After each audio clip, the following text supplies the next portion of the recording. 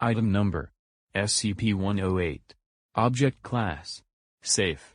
Special Containment Procedures: SCP-108 is contained entirely by Subject 108-1. Subject 108-1 should be contained in a standard containment cell measuring 3 meters squared, furnished with whatever items are requested unless said items compromise security.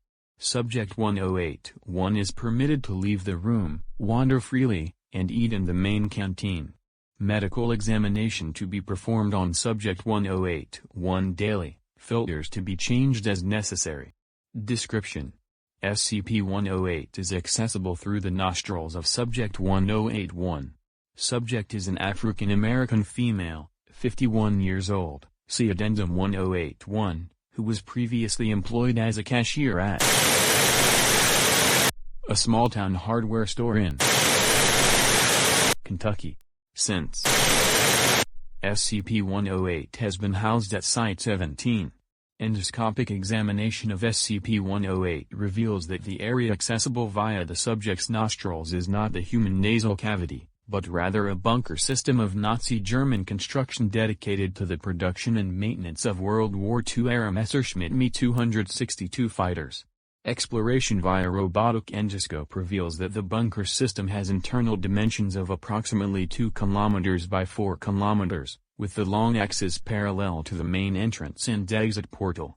While the exploration is by no means complete, SCP-108 is believed to contain hundreds of airframes under construction on its assembly line as well as 3 completed aircraft. There is also a large quantity of human remains in the complex, particularly concentrated around the entry and exit portal, with the corpses of Nazi officials, military personnel, Hitler Youth, and civilians, possibly Ukrainian slave workers, in an advanced state of decay.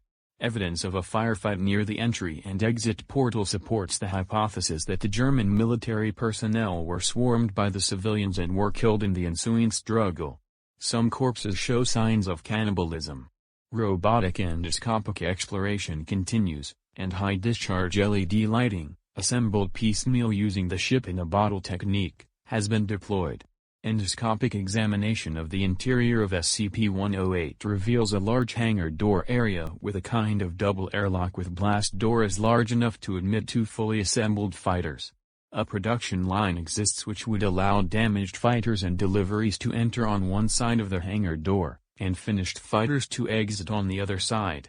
Turning the endoscope head 180 degrees reveals the open doorway as an area of total blackness with 2 nostril-shaped penetrations in it.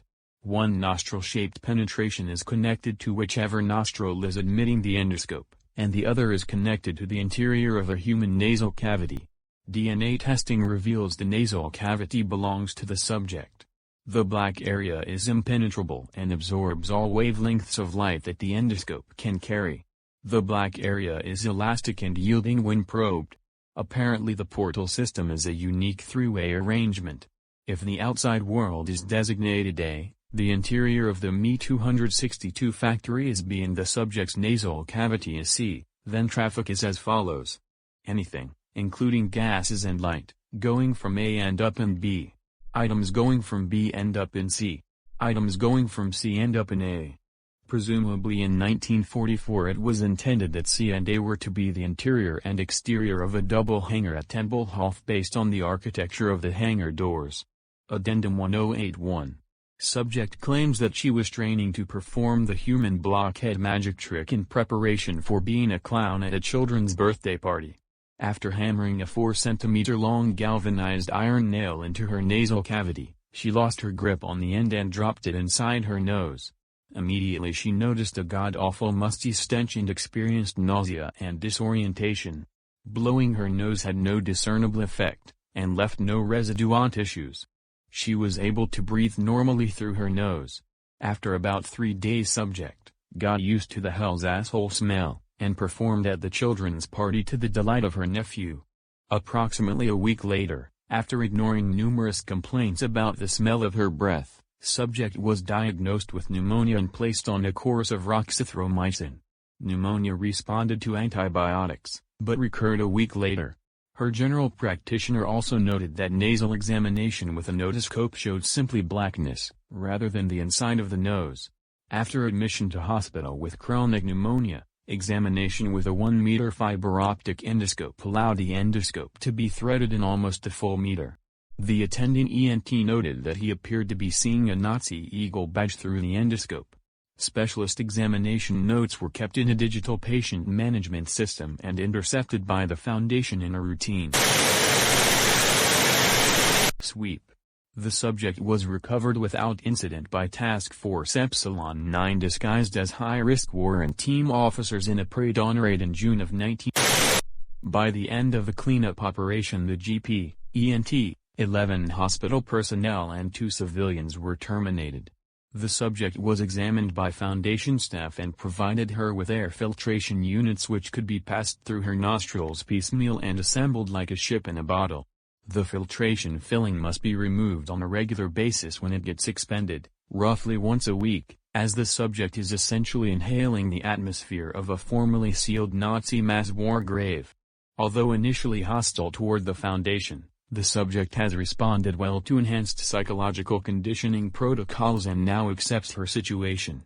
A plan has been proposed in line with the backing up of all critical Foundation data at Site 62 in SCP-108. Data could be written onto micro SD cards or similar compact non-volatile media and inserted into the subject's nostrils, provided some way to house the subject in a safe location is assured in the event of an XK-class scenario. Research continues to find a way to move the entrance of the dimensional portal from the subject's nostrils to another location and to discover the physical location of the bunker to determine if alternative access is possible. The original galvanized iron nail has yet to be found.